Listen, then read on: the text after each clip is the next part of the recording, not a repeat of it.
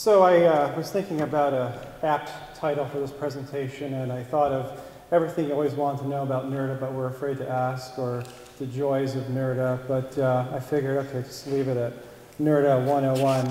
For those of you who don't know the Ocean Conservancy, just a few words. We've been around for 35 years, working to protect ocean health and biodiversity through state and national policy legislative reform, and we've been working in the Gulf of Mexico for the past 20 years on sustainable fisheries issues, working to end overfishing. We worked in partnership with groups to get turtle excluder devices made mandatory on shrimp trawlers. We now have 3 offices in the Gulf of Mexico, one in the Western Gulf in Austin, one in St. Pete, and now one recently opened in Baton Rouge, which is our Northern Gulf office. So NRDA, Natural Resource Damage Assessment, has its roots in common law going back about 30 years or so. Oil Pollution Act of 1990 clarified and really bolstered the role of NRDA with respect to oil spills. So the OPA sets forth a framework for holding responsible parties liable for the costs of responding to an oil spill. So this includes all of the containment and cleanup costs that the government incurs while recovering and removing oil, essentially. I don't know if you read any of the articles this summer, but periodically the Coast Guard would bill BP for $50 million to recover those costs. It also holds responsible parties liable for damages to both private parties, so any private party that incurs a loss, so reduced earning capacity or private property, etc. There's a separate claims process through which those individuals can recover damages from the oil spill. And of course, they're also liable for damages to public natural resources, and the process by which those damages are assessed and recovered is through NRDA. So really, NRDA provides the basis for restoration through a process of documenting injuries and lost public uses. So just kind of a few basic facts about NRDA. OPA and NRDA, the overarching goal of OPA and NRDA is making the environment and public whole for injuries to natural resources caused by an oil spill or caused or exacerbated by responses taken to remove and recover oil. So this includes things like dispersants and maybe even extending to opening up diversions off the Mississippi River to flush oil from the marshes to keep the oil from contaminating marshland. But of course, those response actions are taken into account in the assessment. The NRDA is conducted by trustees, which are state and federal agencies that assess the impacts and actually implement the restoration plan on behalf of the public. NRDA is a legal, scientific, and finite process. It's important to know that NRDA is not a long-term ongoing research project. There's a beginning, middle, and end that's denoted by 3 phases, which I'll talk about in a minute. There's one exception to that, and that one exception is that in the settlement consent decree that the trustees negotiate with the responsible parties, they can put in that a reopening clause, a reopener clause, that should delayed effects of the oil spill be documented 3, 5, 10 years down the road. They can go back and invoke that clause and say, we want to reassess damages due to findings of these delayed effects. So that's an important concept. So really think about NRDA as a means to an end, and that end is restoration. The assessment, of course, is very important because it will provide the basis for determining which resources are injured and require restoration and should be fully recovered.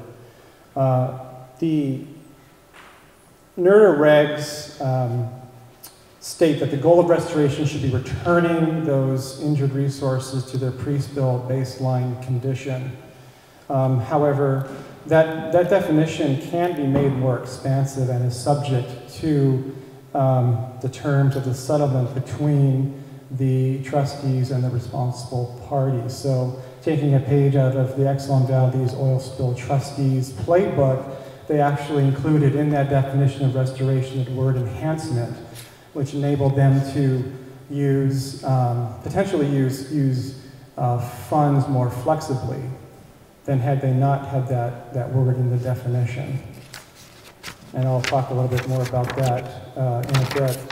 And I'm completely spacing the... So let's just go through these. Sorry about that, Aaron. I didn't prompt you at all. So we went through this, that, keep going. Picture of oiled menhaden there. Okay, keep going. Okay, here we go. So first of all, the NRDA process happens in 3 phases. There's a pre-assessment phase, a restoration planning phase, and a restoration implementation phase. And I mentioned that there are trustees that act on behalf of the public to assess injuries to natural resources and to implement the restoration plan. In the case of the BP Deepwater Horizon oil spill, there are 15 trustees, 12 of which are state trustees, and 3 are federal trustees. And the lead trustees are the ones that are denoted or circled in red. So in some cases, you've got co-leads. So I believe NOAA and DOI, Department of Interior, are co-leads on the federal front, and then you've got a couple of co-leads in Texas. Next slide, please. So I mentioned 3 phases. There's the pre-assessment phase, which we have just wrapped up. Pre-assessment phase is typically the phase during which, within the first hours of the oil spill, scientists are out there determining, gathering, identifying baseline data against which data from studies conducted post-spill can be compared so they can determine what the degree, extent, significance of the injury has been. The restoration planning phase is essentially the phase that we are now in. And this phase was signaled by the issuance of the Notice of Intent, which was published last week. And of course, the third and final phase is the restoration implementation phase, which is when the restoration plan is signed, sealed, and delivered to the responsible parties. And the parties at that point have a decision to make, and I will cover that in a couple minutes. Next slide. So, a little bit on the Notice of Intent that was just issued last week on September 29th. This is what really kicks off the official restoration planning process. And what this signifies is that the trustees have essentially gathered enough preliminary evidence to suggest that there have been impacts, or there will be likely impacts resulting from the oil spill. It also identifies the responsible parties. In the case of this Notice of Intent, 8 responsible parties have been identified, including the most infamous, BP. Interestingly, Halliburton is not among those included, and I noticed on Rick's slide that he had indicated that Halliburton had been at least preliminarily identified as a responsible party. So RPs, or responsible parties, must be invited to participate in the NRDA process.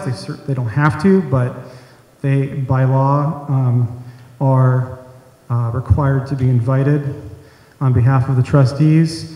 Some of the preliminary impacts disclosed in last week's Notice of Intent included things like 950 miles of shoreline had been impacted, thousands of birds had been documented as oiled and or deceased, impacts to water column habitat and various other biota and benthic communities and fish, and of course lost human uses. Can I ask you a question? Yeah. after Katrina, there were millions of dollars allocated to shoreline restoration, resource restoration, and what have you along the immediate Gulf Coast, Florida to Texas. Now, I said there was an awful lot of funding that was directed to that. Now, like I said, 5 years after, we're dealing with a oil spill that has, devastated our shorelines and our ecosystem. Can that money be recouped and put in time? Because, like I said, we're dealing with 5 years, and now this. It's going to put everything another 5 years. And we know with oyster reef restoration alone takes 3 to 4 years from the bottom line to the top line. And that's on the immediate shorelines, not counting what happens offshore. So is it going to be able, is this going to be long-term or what with our restoration of it? So there are 2 restoration processes that have been initiated. One is the official formal restoration process through NRDA. And, you know, it could take a few years for the restoration going from the pre-assessment phase, which I just talked about, that happens in the hours immediately following an oil spill, to the delivery of the restoration plan to the responsible party. That could be, you know, 4 or 5 years. I believe that was the case after Exxon Valdez. It was 5 years. And that was before, I don't want to misspeak. And there may have been some interim restoration projects that were implemented between or before the restoration plan was completed and delivered to the responsible parties. The other restoration process that's been initiated is that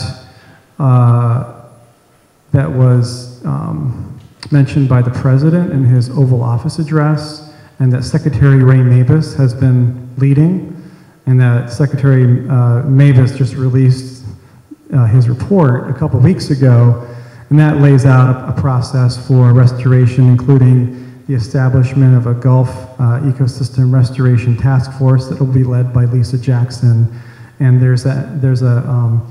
and that was created by executive order, and then there's now a charge to Congress, or an ask to Congress, to actually pass legislation that would create a formal Gulf Restoration Council that would be charged with managing funds for restoration. Now, all this is, you know, again, it could take a time, but there are some potential opportunities for more immediate funding to come down the pipe through Clean Water Act, fines, et cetera.